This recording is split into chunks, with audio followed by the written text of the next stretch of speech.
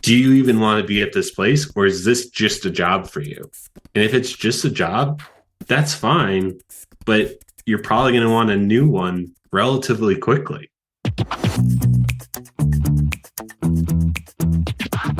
This is the Happen to Your Career podcast with Scott Anthony Barlow. We help you stop doing work that doesn't fit you, figure out what does, and make it happen. We help you define the work that is unapologetically you and then go get it. If you feel like you were meant for more and you're ready to make a change, keep listening. Here's Scott. Here's Scott. Here's Scott. When you're making a career transition, how will you recognize what is actually a great fit for you? We get many questions from happeners all over the world, which we love, but I've never actually had anyone ask me that question. And in many ways, it is the question. The simple answer is, well, unless you've done some certain work, you probably won't. We've had so many clients that have had the same story over and over again. They take many months to define what they want. They experiment to validate that that's actually what they want in the real world. And then miraculously, it seems to appear out of nowhere. Here's what actually happens. The opportunities were there the whole time. But if you don't know what to look for, the same opportunity that might already be there just passes you by, 2 ships in the night. And you never realize that it was so close to you. I needed the initial boost forward in just starting career change. It wasn't the technical aspects. It was the what do you want aspects of it and the deeper level of understanding what that was. I think everyone has the short list of, I need to make this amount of money. I want a 401k. I need these benefits. Cool. That's really low level stuff. What do you want? That's Paul Stockoff. Paul is a product and furniture designer, which is as cool of a career as it sounds like. But that doesn't mean every furniture design job is a great one. In fact, Paul had a previous job where he knew day one that he didn't want to stay. But he stuck with it because he felt like he would be bailing if he left too soon. And he thought he could figure out a way to make it better. Spoiler alert, it didn't get any better. Now, if we fast forward to the end of Paul's career change story, you would see that his friend reached out to him, and that resulted in a job offer that was the perfect fit. Woohoo! But it's nowhere near as simple as it sounds. When Paul knew his job was not working out, he began doing all the things, updating his resume, reaching out to his network, applying to jobs, all the things that he thought he had to do to find a job. But nothing worked. So he decided to set a deadline for himself. If he didn't have a new job by the beginning of the year, he would reach out for help. And that's where we got to meet him, because when the beginning of January came and went with no great job prospects in sight, he reached out to us. Working alongside a coach, Paul was able to define the type of team and people that he wanted to work with the types of problems he wanted to solve, and even how he wanted to use his strengths. He took the time to really think about what he needed and wanted in this next iteration of his career. And when that friend reached out and he learned about the role, he recognized it as the phenomenal fit that it was. So let's go back to that question. Get that question in mind again. That question being, how will you recognize what is actually a great fit for you? Here's my conversation with Paul. I want you to hear exactly how he made it possible to recognize his fit when it came along. I have a background in architecture. I went to architecture school, always kind of knew I wanted to be in the related field of it. But very early in my graduate program, I knew I didn't want to be an architect. It's a cool process. I have mad respect for everyone who is a licensed architect, but it's just never what I wanted to do. I always loved the physical building of things and really the detailing of that. And that set me on this really amazing path of getting to figure out all the details of everything and not the huge concepts at a building scale. So I ended up narrowing down to kind of furniture and all the interior pieces of a building. So down to the exact bolt that we're going to use, that's the stuff I'm choosing and picking. So that was, I kind of always floated in architecture and next to it, and allowed me to understand it and had to kind of figure out where I could go with that. And about that time, the job I had always wanted post grad school, they had opened up a facility in Colorado. I was like, perfect. Everything is aligned. The place I always wanted to go, which they were back east, is to open this Colorado facility. I get to use my full education. They do the coolest, weirdest stuff. This is exactly what I want. Applied, got a job, and that was first day. I was like, I've made a terrible decision. Like, remember just going, they've presented well, and this is not where I want to be. Maybe it's a bad first day. Maybe they're just really swamped, and gave like 1,000. Well, it could be this, it could be that. Like, gave too much benefit of doubt. And I think it was in that point, people were always like, how long do you think you'll be at this place? And I going in, I was like, oh, I want to be there at least 5 years. And then by like the end of the month, it was like 1 year. Like, how fast can I get out of this? There was just like, I had the traditional HR onboarding, which was fine, made sense. But then it was just like, I didn't have any jobs lined up. There was no, here's who your lead is. And I remember sitting in my office for about 3 hours by myself. And I was just like, I don't even know who to go to ask, like, how, like, what do I do? Like, you've hired me, but like, what project am I on? And the person who had met with me was in meetings all day, was very clearly, I was not a priority. And for where that company has ended up, not a surprise. And just, there was no, everyone stayed in their office. It was like, no one was excited that there was a new person. And come to find out, that company had kind of purchased or kind of consumed an old company that had gone bankrupt, and that had not been made extremely clear. And it was like, oh, you're one of the new people. We used to do it this way. You use this other software. We don't like that. That's what the New Hampshire group does. And I was just like, you're not from around here, are you? Yeah. And I'm like, oh God. Okay. And it was just like, okay, I can navigate that. But it was just clearly like, it didn't matter. You could have been a rock star. You could have just been anyone. And it just, no one was going to be happy. And like, most things started with, this is a problem, not how are we going to solve it? So that's interesting. What I'm hearing from you is that this was not just an organizational misfit and a cultural misfit compared to what you were looking for, and probably what many people are looking for. But also on top of that, it sounded like there was a very clear values difference. I just heard you mention, when people are coming to the meetings, we're talking about what are the problems, as opposed to here's the problems, how are we going to solve them? And just in understanding more about what you're looking for, that seems to be the polar opposite of the way you value interacting. Totally. And as I kind of got through the first week, I had realized I had interviewed mostly with the East Coast team, not the group out in Colorado, which had kind of been this consumed company. And back East, they were about solving problems. They were this really tight knit group family of people. That was just not the case in the Colorado facility. And it became very clear that there was kind of this East Coast, West Coast situation. And I had oddly ended up being someone in the West Coast office that aligned with the East Coast team, which was not helpful and made me stick out like a sore thumb. So this was going on. It was starting to be like, all right, this is happening. I don't know what I want to do. And it started just kind of questioning everything of like, do I even want to be in this industry? Do I like this? This just seems rough. Everyone's fighting. Like, there's fighting within this group. There's fighting within the construction industry. It's always this finger pointing game. And that was kind of the start of, okay, I have this background. I like my background. I feel like one of the things I love doing is just problem solving. I'm like, cool, I kind of know this. And then it became the search of like, well, where can I problem solve? Everyone needs that. And then it was just the like, write resumes, apply jobs, search everything. And it was this weird feeling of like, I want to do good work. I want to benefit, like solve problems for people. And I just want to do a good job. I felt like I was in this position of, I just want, like, I'll do anything.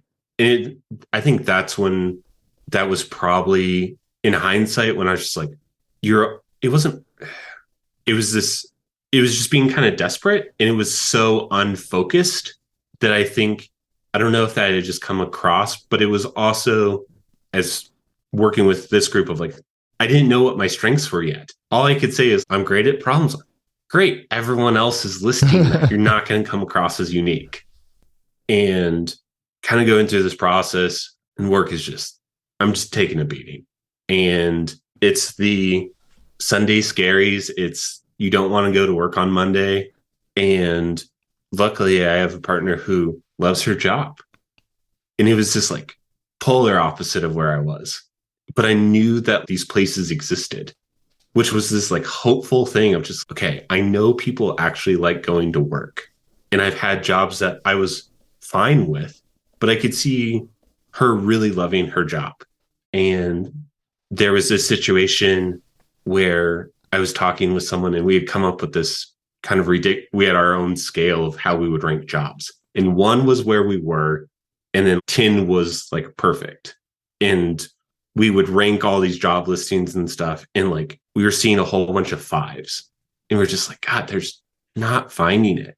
And this is going on, and we're getting closer to like November's kind of been here. I've been there a year. I'm going, this is really not going well. And to the point of just, I was blowing out my health. I was not showing up as a good person because I was just consumed with like, I need to get out of this.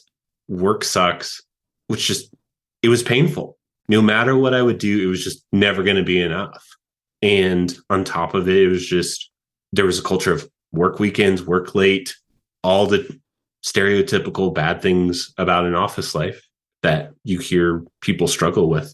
And I was stuck in it too. And I was stuck setting a boundary with it, and slowly started taking some of those steps of like, I did my hours. That's the best I can do. This is not creeping into my weekend. And at that point, I had a couple interviews, but just complete lowball offers of like, yeah, I can go back to where I started and like drop health insurance and all this stuff. And like, maybe worth it from a mental health standpoint, but I'm going to just be starting the search all over again. And at that point, I got really frustrated one day at work. And I was just like, if I'm going to have my time wasted and just made to feel really terrible, I'm going to figure out how to get out of this. And I remember literally searching job change podcast on my phone. And it was like in the Spotify app. And that's how I found you guys. Started listening to it. And I was like, okay, that seems reasonable. That person sounded happy. And I think it was probably one of the other interviews with someone. It's like, that seems reasonable. Next day, listen to a little bit more and kind of start this like Monday morning routine of, I know the new episode will drop and I'll listen to it. And it was just like, it started getting my brain to like unstick and be like, well, did you think about this? Or did you think about that? And I think that was this really slow on ramp for me to be like, oh, there's a different way of doing this. And it was all stuff that had never been presented before. And coming from this architecture background, there's this really clear path. And I wasn't following that path. I wasn't in a firm. And also, no one really goes over career stuff at any point. And I was realizing I had to go like learn this. The advice from others was either a generation old, or I was with a bunch of architects that were on their kind of their own path, because that was kind of my tribe, or people that were just doing completely different things and they had their own system of getting jobs. Yeah. So you realize at some place, you realize day one that this is not going to be the right fit. As you started realizing that there might be a different way to do career change or a different way to find and identify work that's more meaningful to you, what caused you to feel like you could start to move forward in a way that was, let's call it, less desperate? I think what started that was once I actually got into coaching, because it was I'd hit this point of I was applying to jobs. I had gotten a couple of interviews, and there was also the send the applications in, and you wouldn't hear anything for 3 months. And it was always this game of you would look up the institution or the company and they'd be like, sometimes it just, that's how long they take.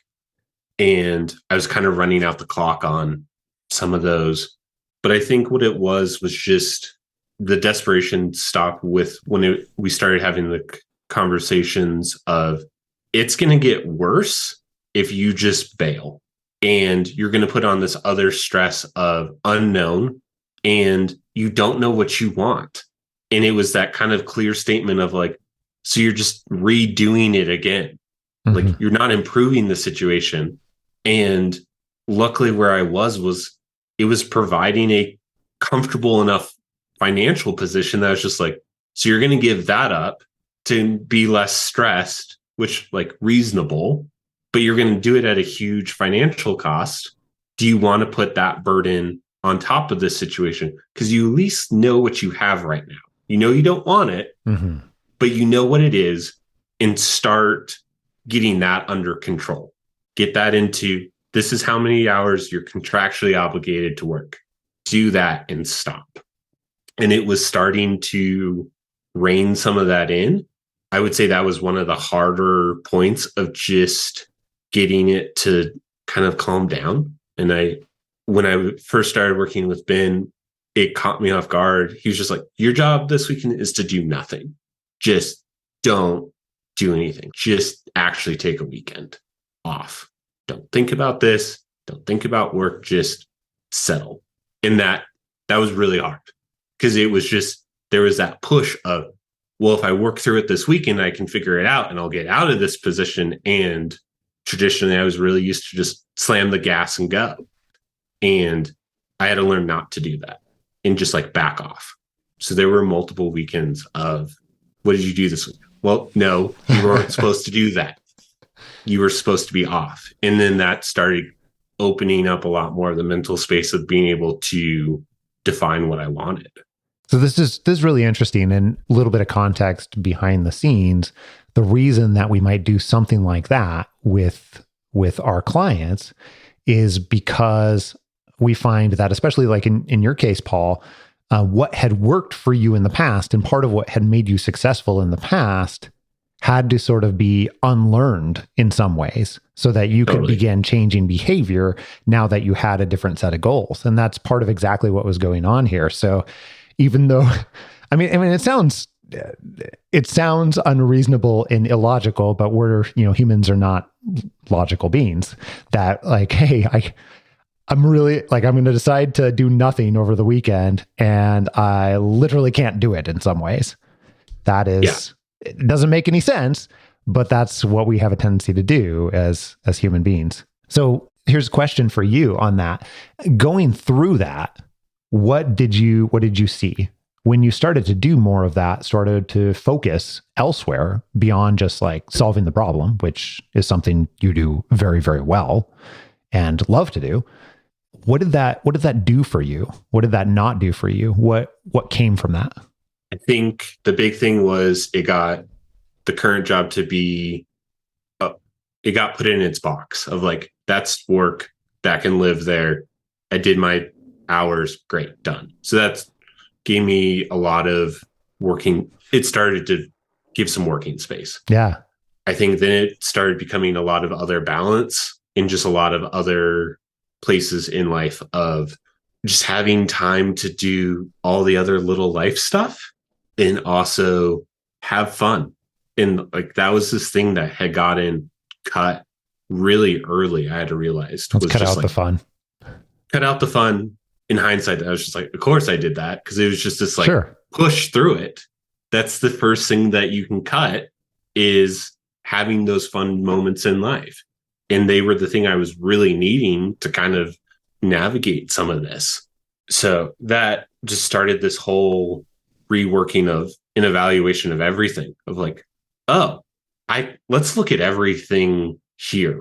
So like, it was career stuff. It was how I would engage with others. Was there stuff I needed to look at personally? And it was it was a dive for a minute of just like, we're just going to pull everything out and just look at everything and really see.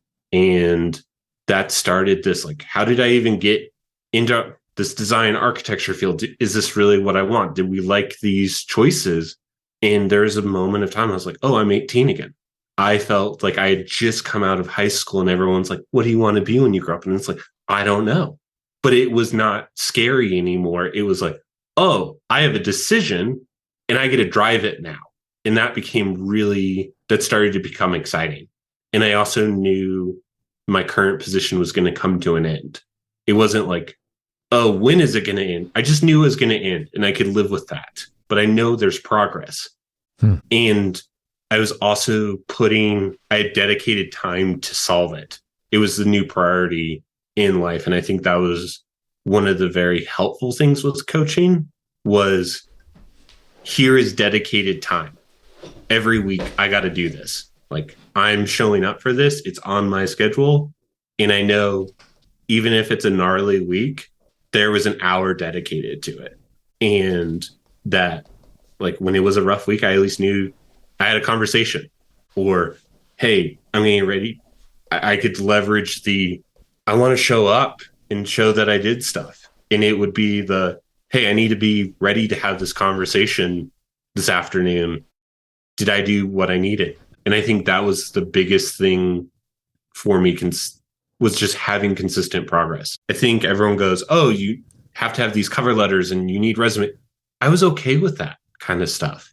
I needed the initial like boost forward in just starting career change. It wasn't the technical aspects. It was the what do you want aspects of it and the deeper level of understanding what that was. I think everyone has the short list of like, I need to make this amount of money. I want a 401k. I need these benefits. Cool. That's really low level stuff. What do you want? And I think that weekly conversation was super helpful to get me to actually define that. And I think at one point, Ben literally was just like, what do you want to do? And I was just like, oh, I don't know. And then it started to be that conversation and working through that. And that was helpful with getting to work with you guys. Well, I appreciate those words. And also I think that it's fun to see. I know you talked about the progression and, you know, what keeps you moving forward earlier, but I think that's really fun. That's one of the most fun things for me, is to be able to see other people apply this stuff. And you've done a really nice job. And what I'm also curious about is, when you look back on this particular career change, what do you feel like were the hardest parts or most surprising parts to you? I think the hardest parts were the moments of just kind of sit tight and get comfortable with it, and that it was just going to take longer than I wanted. There was I wanted out. And I think really finally just letting that go, like, it will get solved. It's going to take a sec. I think that was also just me realigning a perspective back to normal of like, things aren't instantaneous. And I was in an environment of everything needed to be instantaneous. I think the surprising thing was just, it wasn't, well, the goal was career change. It was also just like self-growth that I wasn't expecting along the way, of just, it became this opportunity as an overall clearinghouse of just like, let's fix Paul's life. Let's make this better everywhere. How did it, I'm curious. So that is a thing that happens. That's actually one of my other favorite things that occurs from this. Even years later, I'll get so many emails and texts and stuff from people that have gone through this type of change and then are applying it to all areas of their life in one way or another. But when you say that, how did that show up for you? I think it was kind of looking at, it was this evaluation of like, where I was really focused on like this career change and like, hey, these things don't feel good. What else doesn't feel good in my life and I haven't dealt with? It was dealing with a death in the family that I hadn't resolved. It was, how do I be a better partner? How do I show up and do a better job there? how do I take care of myself better and constrain work to a normal work week and not let it bleed in? And I think this was the other big surprise. I'm used to going, we're going to solve this thing really aggressively once. And that is not how this worked at all. It was, okay, we're going to make a little progress over here, and we'll make a little progress over here. And it was much more the snowballing of a lot of little things getting fixed that eventually led to like, oh yeah, I have a new job now. Great. And that was a surprise. I think the other thing was getting comfortable asking for help. I really didn't want to send the initial email of like, I'm interested in getting career coaching. That felt like a failure to ask. I was like, I should be able to do this. And I think starting with career coaching was just like, oh, that was okay to ask for help. That was a reasonable thing to do. When you think back, what made you feel like it was not okay that you couldn't do this or other things on your own?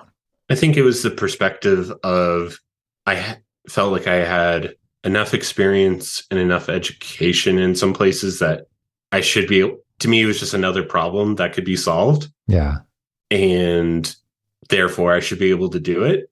And we kind of talked about, I used to solve it by just throwing effort at it. And I was throwing effort and just burning myself out. And it was the first time where I was really just running into a wall hard. And I wasn't getting around it. And I think previously I was just going through it, just through effort. And it was just this total evaluation of like, I got to learn because this isn't working everywhere. Everything is not working. And that took a sec to kind of give myself the okay to do it differently. And it was this big evaluation of like, oh, I got to figure this out. And that was scary. I had taken a system that had kind of worked for 10 years and go, I got to overhaul this. And that was uncomfortable. And also realizing probably the system I had previously was not a good system. But I mean, there was a point in time where it served you to some degree, whether it was good or not. Like it definitely served you for a time period. It was functional. Yeah. It was functional, at least. Yeah. And I think that was this kind of weird spot of like, oh, this worked. It got me here. I'm not happy with where I am. And it was this like, almost like scrape it, like just scrape everything and start over. And then I think that's when I started getting a little uncomfortable with it because it's just like, oh, this is a pretty heavy reset. And I got to start from zero and come back up. But I think once I got comfortable with that, I was just like, oh, this is good. This is positive. This, like, I get a lot more choice now and I get a second round of this. And it was the exciting version of being 18. And what do you want to go do? I was like, oh, I have 10 years of doing this incorrectly. And I have experience now to make this choice.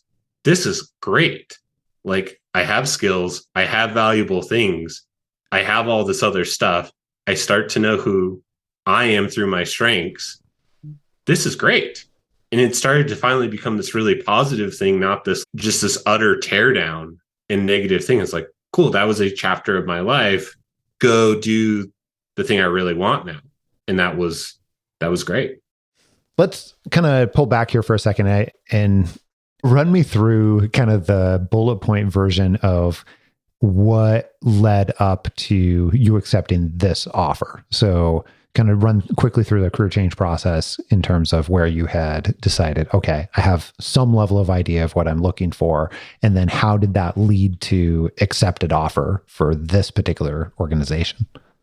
So the deal with this one was I ended up actually getting a message from someone who I'd worked with previously. And I was like, yeah, interesting. The group seems great. And I was still kind of hesitant of like, do I really want to stay in this industry? But also like, maybe I just need a good group to work for, and kind of made the decision to go up and have an interview. And I kind of framed it as the worst thing I do is I have a weekend up in Montana. That's the worst thing that happens.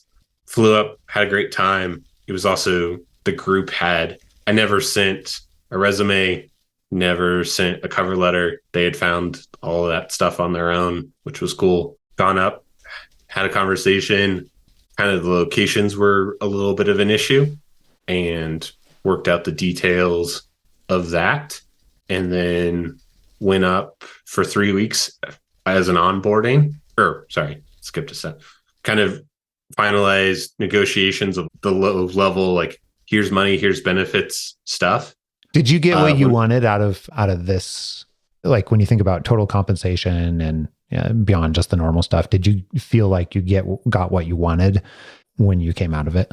Yes, and I also felt like I knew where I could flex on stuff and where I couldn't. Yeah, and it was nice to be able to have a frank conversation and be like, this is the number, take it or leave it, and not in this aggressive, but it's just like, this is the number that makes this work for me. If you can't do it, I would love to work for you guys, but now's not the time. And I think that took away the desperation wasn't there. It wasn't like, oh, I'll drop 10 grand. It's like, that's the number I need to make my life work and be functional. Like, why should I give on my personal life to make this deal work? It's not a great fit. Like it becomes from, hey, this is an amazing fit, to a realm of, hey, this is no longer a fit. And yeah, that's awesome. So and I think, go ahead. I think that was just really important going in and just going, what's the bottom end of this, and just knowing it ahead of time and being confident in that number. Went through that negotiation. It was when I met everyone, I was like, oh, this is the tribe. This is the group that I've been looking for a long time. How did you know that this was the group? Was that because of some of the work that you had done previously to define that? Was it because of something else? Clearly you knew. What caused you to know? Everyone was super low key. Everyone was super mellow. Everyone was excited. There was also just a ton of common interest of like, and I think that was helpful of just, I knew there would be conversations about other things besides work, and you would be excited about other people's lives outside of work, and just like the dorky stuff I would be excited about, they were also excited about. Yeah. And it was important to them too. And I was just like, oh, I've just been looking in the wrong place. This group does exist. And that was great. They also had a clear mission of what they wanted and what they were trying to do. And they could articulate that. It wasn't just like, oh yeah, we're trying to grow. It was, we're doing it this way. This is what we want to do. This is where we think you might fit.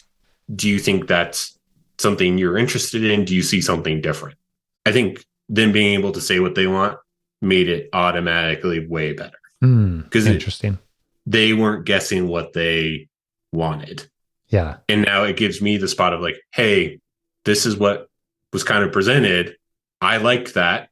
How are we doing it? Or, hey, this was the goal that was set. I think we can go about it this way. Very cool. Your original message from a friend, was that an introduction to the company? Was that a, hey, you should really check this organization out? Or how did that message come about? I think it was along the lines of, hey, I think we're hiring for this position. I think you would be a good fit. Do you want to know more about it? And I was like, yep. Like, I am interested in changing jobs. How many other places did you interview or interact with in total? Because I know you only accepted one, but how many roughly did you, January you had? Yeah, I think I had interviewed with 3, had received 2 offers out of there. Then I think I had applied to like 25, 30 jobs. And I think like the thing that I thought was hilarious was like there are jobs I had applied to in March and like was hearing back finally after I had accepted the new job, of just like that system was so slow. Yeah. So I don't know how those people actually hire people in a system that slow, but it's challenging. It is challenging. What advice would you give people in that position? It's okay to start over, and it's okay to ask for help. And there's a group of people out there that are like dedicated to this kind of stuff. Like you would hire a plumber to fix the plumbing in your house. Why would you not hire a professional to help kind of navigate some of this? And I think this realm is always kind of looked at as like, I think early on, people don't have a full understanding of the depth that it takes. I think that's the difference between a job and a career.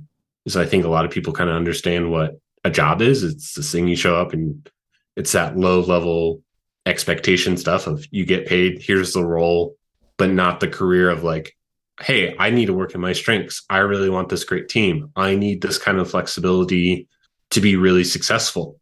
And you need some guidance to figure that out. And reading a like top 5, here's the thing to boost your career is not going to solve it. And it's going to take time.